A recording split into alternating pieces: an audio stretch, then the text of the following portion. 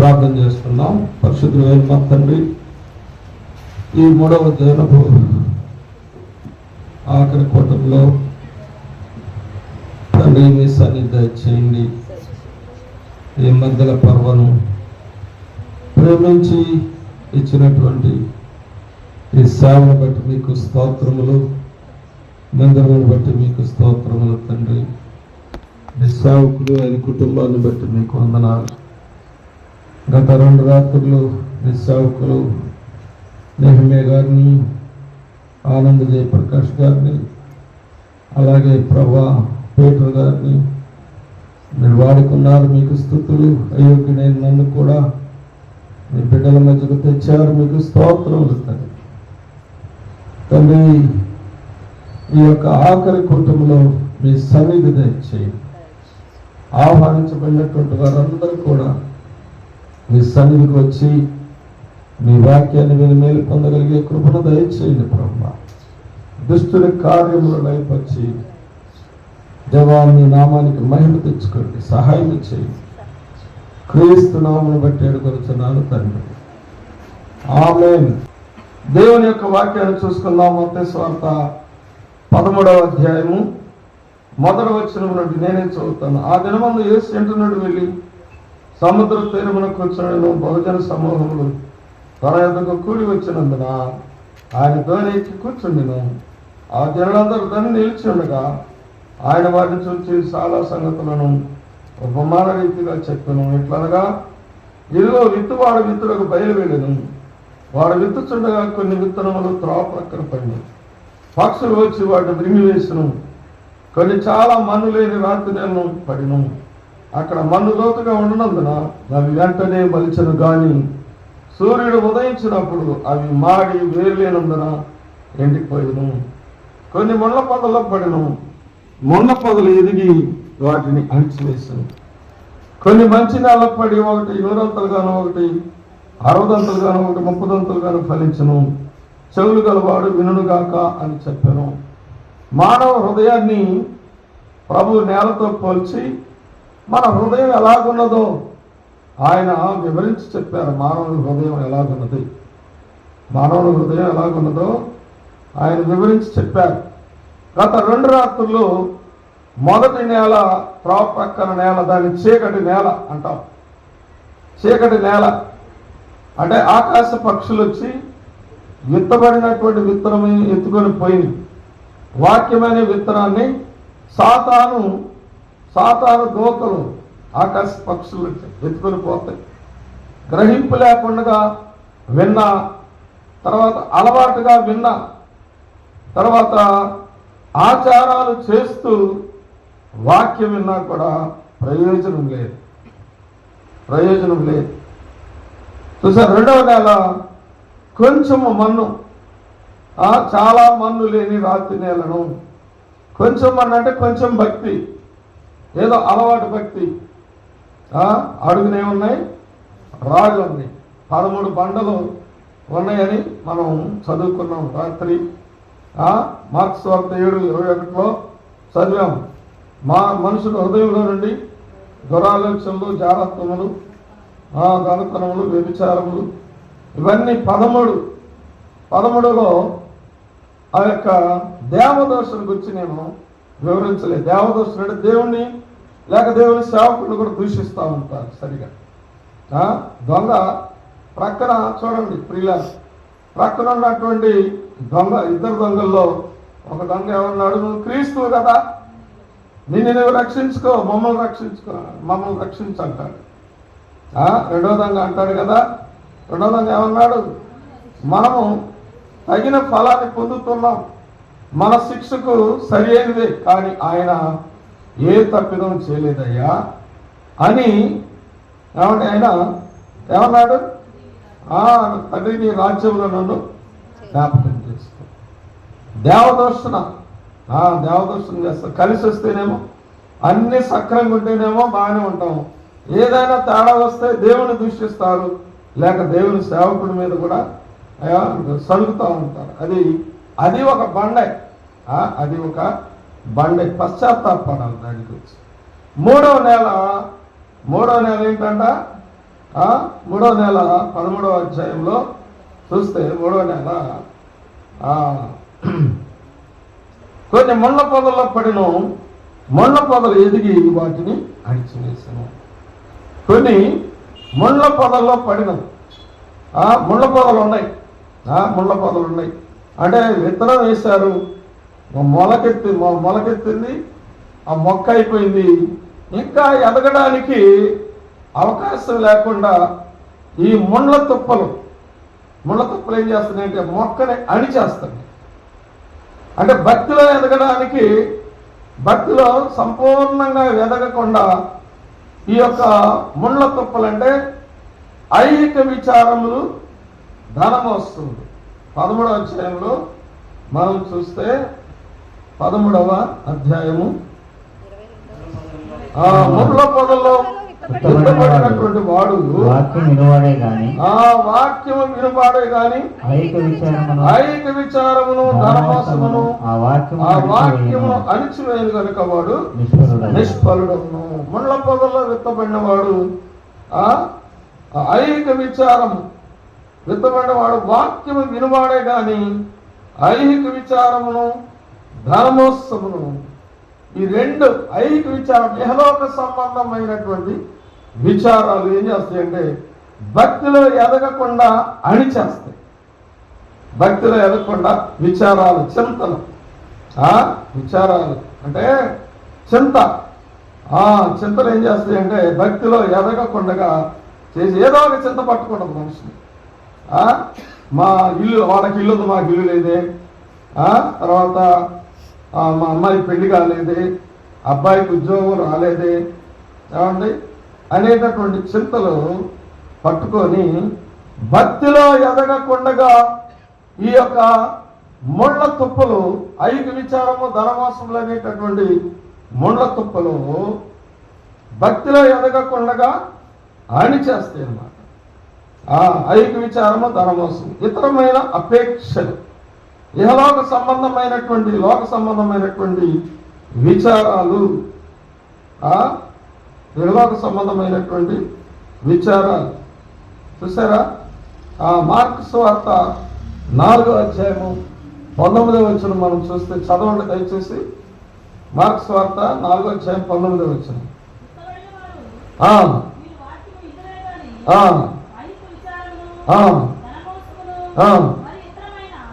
ఇతరమైన అపేక్షలు, ఆ లోక సంబంధమైనటువంటి ఇతరమైన అపేక్షలు. వాళ్ళకి అది ఉంది, వాళ్ళ కారు ఉంది, నాకు కారు లేదు, ఆ కారు కోసం ఏం చేయాలి? వాళ్ళకి ఇల్లు ఉంది, నాకు ఇల్లు లేదు, ఆ ఇల్లు కోసం ఏం చేయాలి? ఏమండి విచారిస్తూ ఉంటారు అన్నమాట. విచారిస్తూ ఉంటారు. హోషేయ గ్రంథం 9వ అధ్యాయము 6వ వచనం మనం చూస్తే, హోషేయ 9:6 చదవండి. హోషేయ గ్రంథం 9వ అధ్యాయము 6వ వచనం. హోషేయ లయము సంభవించినందున జనులు వెళ్లిపోయి ఉన్నారు. ఐగుప్తు దేశమును వారికి కూడు స్థలముగా ఉండును, నోపు పట్టణం వారికి శ్మశాన భూమిగా ఉండును. వెండిమయమైన వారి ప్రియమైన వస్తువులు దురదగొండ్లు ఆవరించును.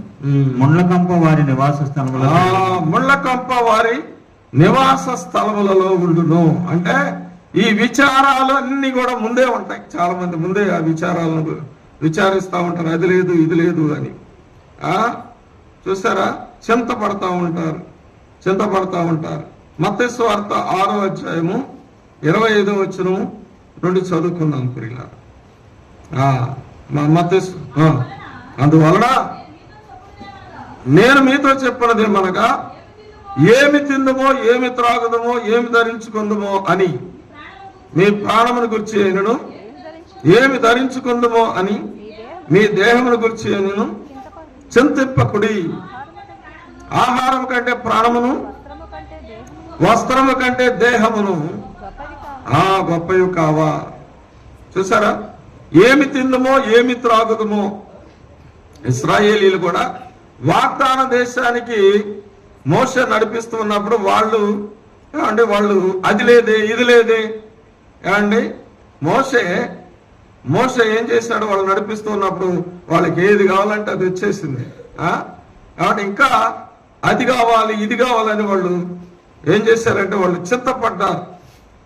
ఇహలోక సంబంధమైనటువంటి దాన్ని గురించి చింతిస్తూ సనుగుడు గొనుగుడుతోనే వారు ఏం చేశారంటే వాగ్దాన దేశానికి చేరుకోలేకపోయారు. అందరు వాగ్దాన దేశానికి భక్తి యొక్క సంపూర్ణతలోనికి మనుషులు రారు.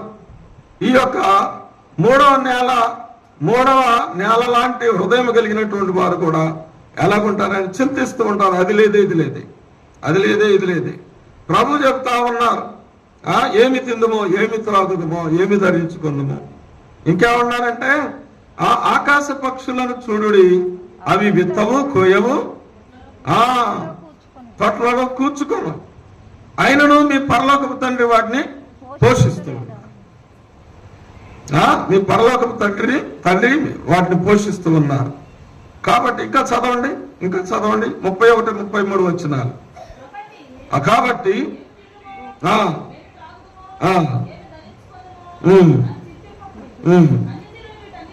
అన్యజనులు వీటన్నిటి విషయమై విచారిస్తారు. ఇవన్నీ మీకు కావాలని మీ పరలోకపు తండ్రికి తెలియను. కాబట్టి మీరు ఆయన రాజ్యమును ఆయన నీతిని ఎదకండి. మొదలు ఎదకండి, అప్పుడు మీకు కావలసినవన్నీ ఆయన ఇస్తారు. ముందు మారుమనసు పొందండి, తర్వాత ఆయన పరిచర్యలో పాలుభాగస్తులుగా అవ్వండి. మీకేది కావాలో ప్రభుకు తెలుసు. ఈ సావాసంలో గొప్ప దైవజనుడు సాల్మనయ్య గారు ఉండేవారు. ఆయన ఒకసారి ఏం చెప్పారంటే, మన ప్రభుకు తెలుసయ్యా మనకేం కావాలో, అడగాల్సినటువంటి అవసరం కూడా లేదు, మనం అడుగుతా ఉంటాం.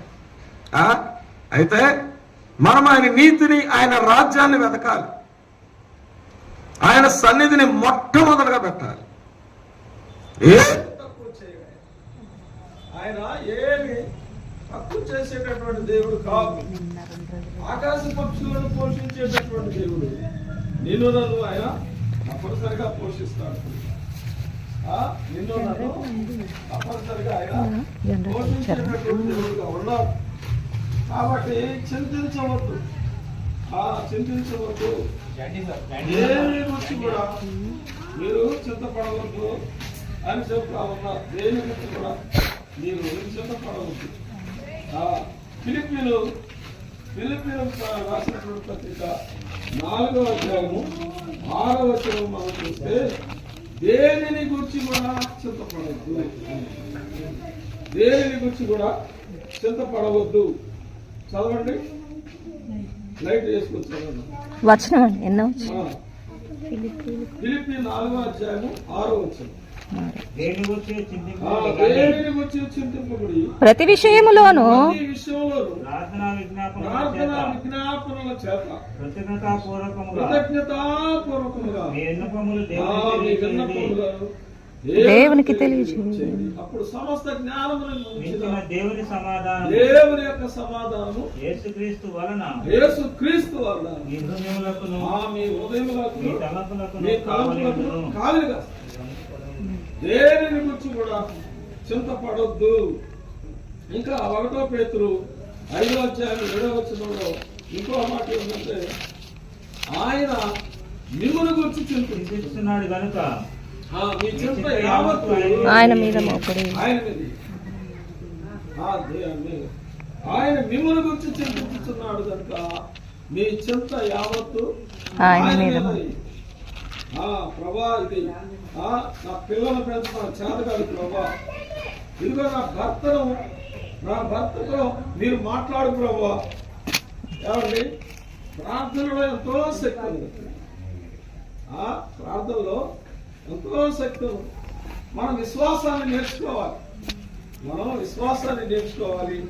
ప్రార్థన చెయ్యాలి, చింతించకూడదు. ఈ చింత ఏం చేస్తుందంటే భక్తిలో ఎదగకుండా మనలను భక్తిలో ఏం చేస్తుందంటే భక్తిలో ఎదగకుండా మనలను ఏం చేస్తుందంటే ఈ చింత అణిచేస్తుంది. ఆయన మిమ్మల్ని గురించి చింతించుచున్నారు కనుక మీ చింత యావత్తు ఆయన మీద వేయండి. ఐక్య విచారం నాడు. తర్వాత ధనమోసం చూసారా? 1 తిమోతి 6వ అధ్యాయము 9-10 వచనాలు చదువుకుందాం. 1 తిమోతి 6వ అధ్యాయము 9-10 వచనాలు చదవండి. ధనవంతులగుటకు అపేక్షించువారు శోధనలోను విరిలోను అవివేకయుక్తులను హానికరములైన అనేక దురాశల లోపడుదురా. అట్టివి మనుషులను నష్టంలోను నాశనములోను ముంచేస్తుంది. ఇదొక ముళ్ళ తప్ప, ధనమోసం. ఐశ్వర్యము పొంద ప్రయాస పడకుడి అనుంది సామెతలు 23వ అధ్యాయం 4వ వచనంలో. సామెతలు 23వ అధ్యాయము 4వ వచనం చదవండి. 23:4. ఐశ్వర్యము పొంద ప్రయాస పడకుడి, నీకు అట్టి అభిప్రాయము కలిగిన దాన్ని విడిచిపెట్టాలి. దేవుడిస్తాడు. ఆయన నీతిని, ఆయన రాజ్యాన్ని వెతికినప్పుడు దేవుడు నీకు ఏది కావాలో అందిస్తాడు. నీ సమస్యను ఆయన తీరుస్తాడు, కానీ నీ సమస్యను తీర్చుకోలేదు. అందుకని ఆయన మీద వెయ్యాలి భారం. ప్రార్థన చేయటం, ప్రభువుని అడగడం. ప్రార్థన చేసి ప్రభువుని అడిగితే ఆయనే నీకు సహాయం చేస్తాడు. భక్తిలో ఎదగకుండగా ఈ యొక్క ఐక్య విచారము, ధనమోసం అనేటటువంటి ముండ్ల తప్ప భక్తిలో మొక్కని ఎలాగా అణిచేస్తుందో ఎదగకుండగా, భక్తిలో కూడా ఐక్య విచారము, ధనమోసము ఆత్మీయ జీవితంలో అభివృద్ధి పొందకుండగా చేసేస్తారు. చూసారా? దానియేలయ్య గారు రిట్రీట్ పెట్టాలని ప్రభు సన్నిధిలో ప్రార్థన చేస్తుంటే ప్రభు అన్నారంట, నువ్వు దాచుకున్నదంతా తీసుకొచ్చి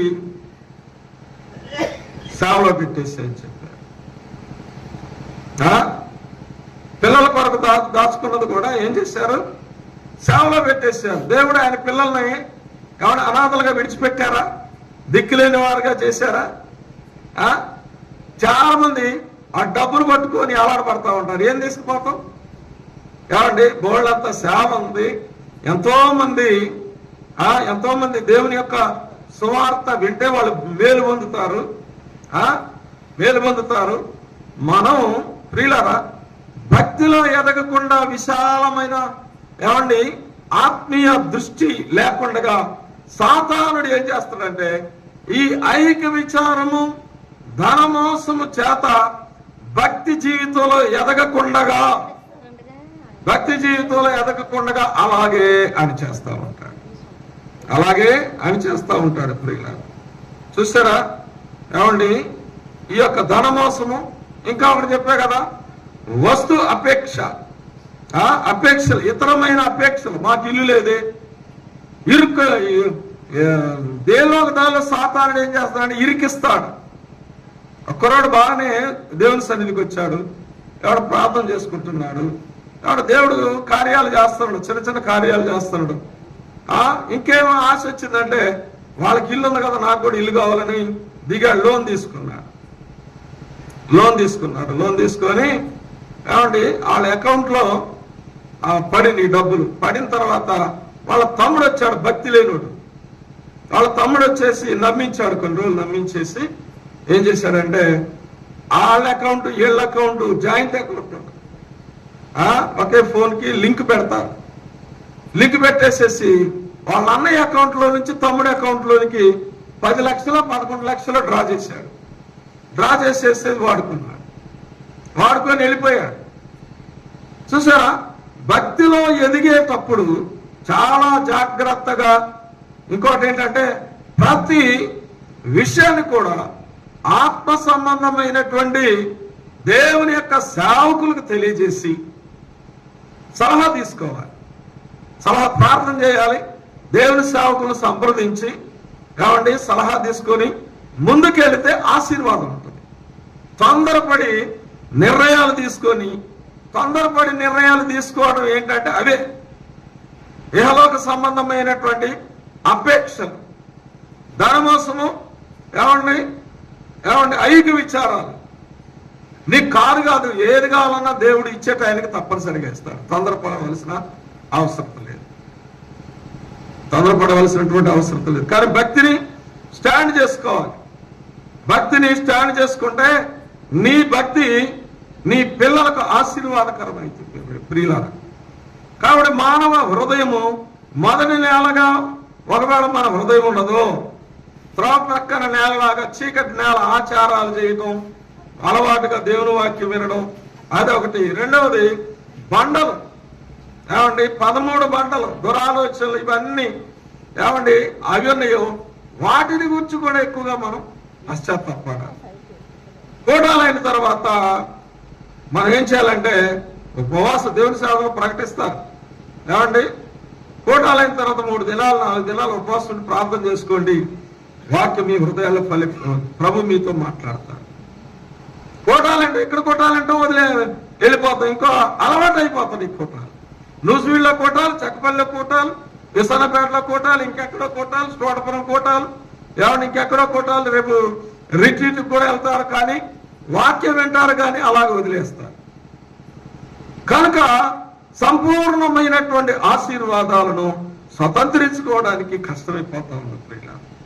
4వ నేల ఏంటంటే మంచి నేల. 4వ నేల మంచి నేల. మత్తయి సువార్త 13వ అధ్యాయము 8-9 వచనాలు చదువుకున్నాం. మత్తయి సువార్త 13వ అధ్యాయము 8-9 వచనాలు. కొన్ని మంచి నెలను పడి ఒకటి 100 ఒకటి 60 ఒకటి 30 ఫలించును. చెవులు గలవాడు వినుగాక అని చెప్పారు.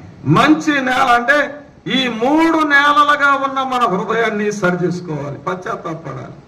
సరి చేసుకున్న తర్వాత మంచి నేలగా, మంచి నేల లక్షణాలు ఏంటంటే లోకాసు వార్త 8:15 మనం చూస్తే,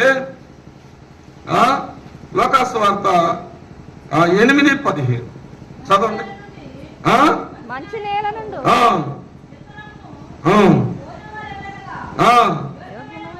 యోగ్యమైన మనసుతో వాక్యమును విని దానిని అవలంబించి ఓపికతో ఫలించాలి. దేవుని సేవకులు హెచ్చరించినప్పుడు తీసుకోవాలి. ఓపిక ఉండాలి, ఓర్పు ఉండాలి, సహనం ఉండాలి భక్తిలో. అలాంటి వాళ్ళు ఫలిస్తారు. యేసేపు ఒకేసారి పైకి వెళ్ళాడా? ఐగుప్తులో ఏలికయ్యాడా? మనకంతా తొందరగా ఆశీర్వదించాలి, తొందరగా అయి చేయాలనుకుంటాం. భక్తిలో నిదానముగా దేవుడు ఆశీర్వదిస్తారనమాట. చూసారా, యేసేపు ఫలించాడు. అన్నదమ్ములు శోధించారు, ఐగుప్తు ఇస్మాయిలీలకు అమ్మేశారు, జైలుకి వెళ్ళాడు. నేను దేవుడిని నమ్ముకుంటే దేవుడు నాకు ఇట్లా చేశాడు అని అన్నాడా? ఏమన్నాడు తెలుసా? అన్నదమ్ములు వచ్చినప్పుడు మనందరి కొరకే దేవుడు నన్ను ముందుగా పంపించాడు. చూసారా, నెగిటివ్ను కూడా పాజిటివ్ గా తీసుకున్నాడు. వ్యతిరేకమైన పరిస్థితులను అనుకూలపరుచుకున్నాడు భక్తి ఓర్పుతో. మగపిల్లలు ఇటు కూర్చోవాలి, మగపిల్లలు ఇటు రావాలి, ఆడోళ్ళు ఇటు. చూసారా, ఓర్పుతో ఫలించాడు ఆయన. దావీదు గొర్రెల కాపరే ప్రభు కొరకు రోషంగా బ్రతికాడు. అతిశయ పడలేదు. ప్రభు మాట్లాడినప్పుడు, అయ్యా ఇంతగానే ఉన్నది హెచ్చించడానికి నేను ఏ పార్టీ వాడినన్నా. దావీదు ఒక పొరపాటు చేశాడు కదా, దాని గురించి ఎంతో పశ్చాత్తాపడ్డాడు. మనకు పొరపాటు చేయటం కూడా అలవాటు అవుద్ది. మనస్సాక్షిని సరి చేసుకోరు. సున్నితమైన మనస్సాక్షి గల వాళ్ళు ఏం చేస్తారంటే సరి చేసుకుంటారు. ప్రియుల సున్నితమైన మనస్సాక్షిని సరి చేసుకునేటటువంటి వారుగా ఉంటారు. యేసేపు ఆదికాండం 49వ అధ్యాయము 22వ వచనంలో, యేసేపు ఫలించడు కొమ్మ, ఓటల వద్ద ఫలించడు కొమ్మ, ఆ రెమ్మలు గోడను చదవండి. యోసేపు ఫలించడు కొమ్మ, ఓట యొక్క అంతా ఫలించడు కొమ్మ, దాని రెమ్మలు గోడ మీదకి ఎక్కి వ్యాపించాయి. దాని రెమ్మలు గోడ మీదకి ఎక్కి వ్యాపిస్తాయి. ఫలిస్తాం, ఫలిస్తాం. 2 తిమోతి 2వ అధ్యాయము 22వ వచనంలో మనం చూస్తే, 2 తిమోతి 2వ అధ్యాయము 22వ వచనం చదవండి.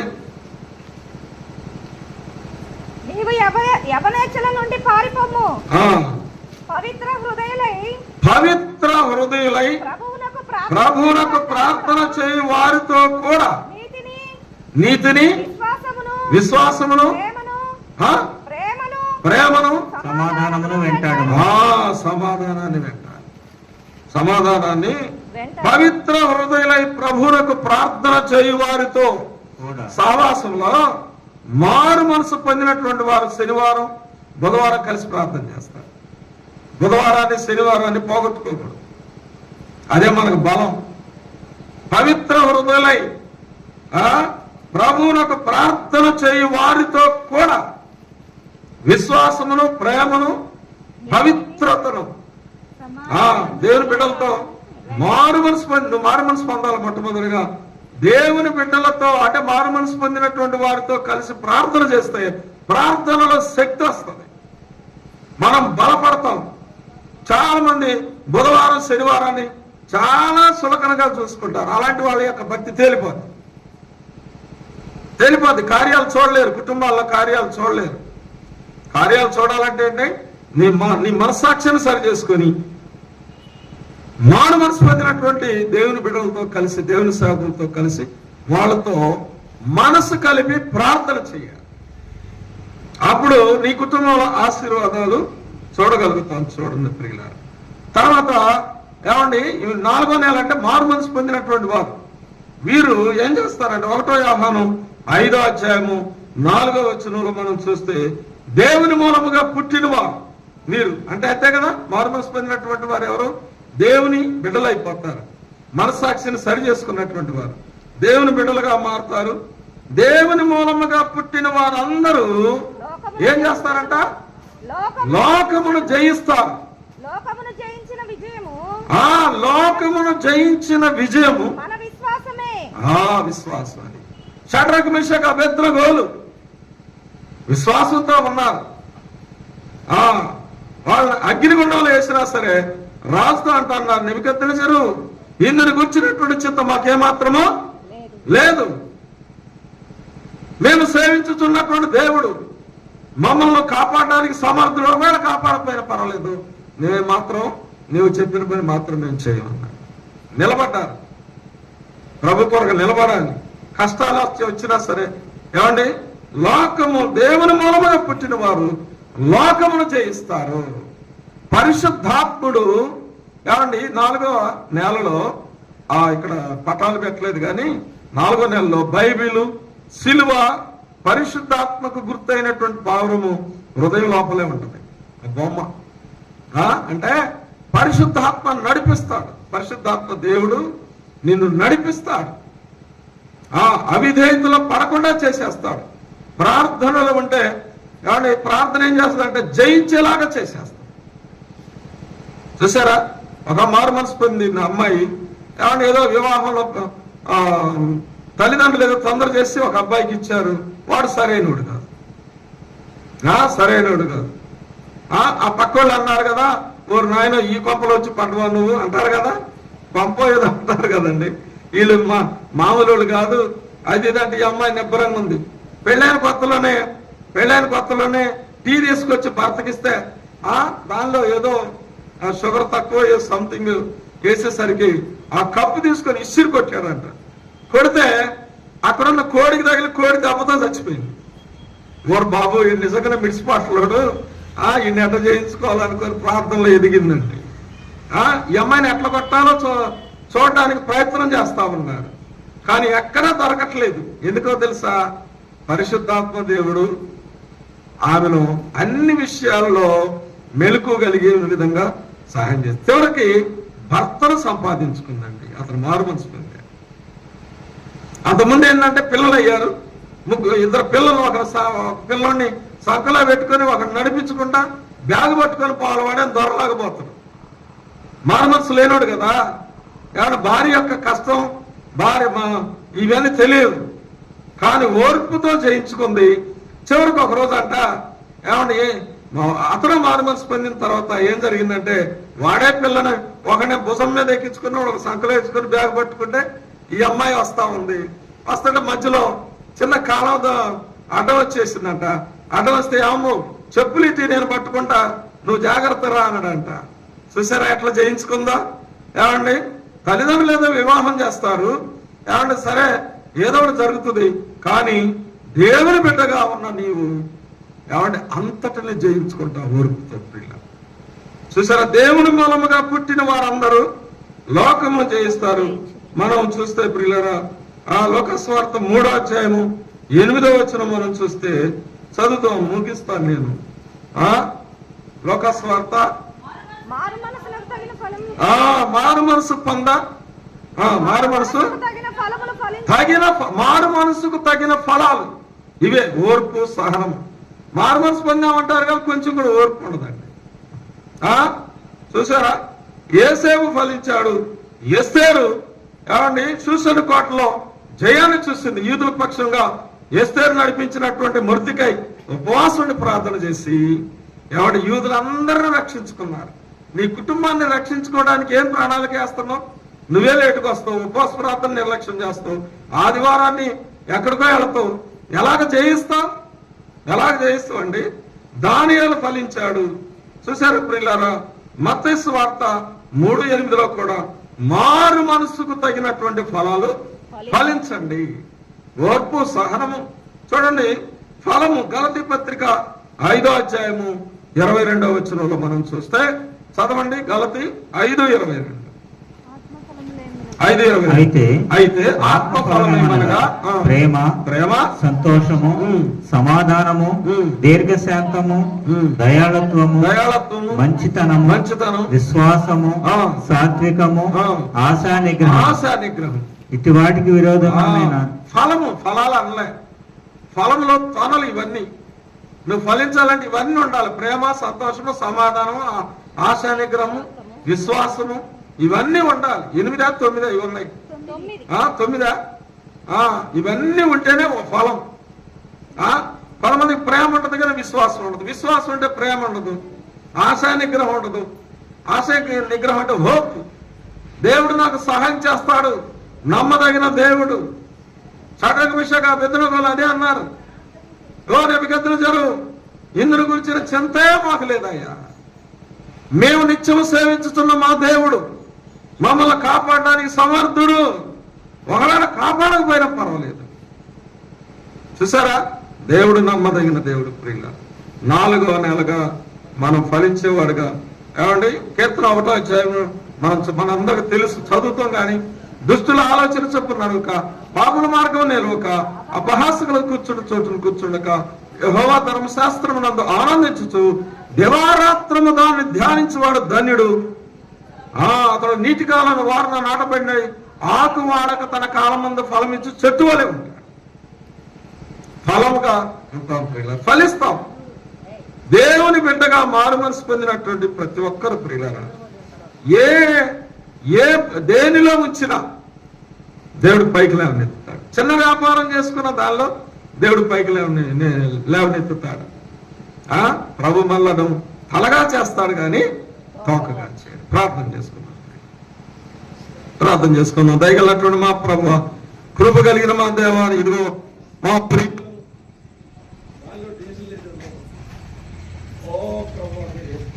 సహాయం చేయండి, చూపించండి, సహాయం చేయండి. మా ప్రభు ఈ గ్రామాన్ని ప్రేమించి దేవా కోటాలు ఇచ్చారు, మీకు స్తోత్రములు నాయన. దేవా తండ్రి, మేము ఫలించేవారుగా చేయండి నాయన. 3 నెలలుగా కాక మంచి నెలగా మేము ఉండాలి, మారు మనసు పొందాలి. ఈ కోటాల ద్వారా, కోటాల తర్వాత ఉపవాసాన్ని ప్రార్థన చేసి మా హృదయాన్ని దిద్దుకునేవారుగా ప్రతి ఒక్కరిని చేసి నడిపించండి. మీ సేవకులు కూడా బలపరిచి వాడుతుంది. క్రీస్తు నామమును బట్టి కొంచెం తండ్రి. ఆమేన్.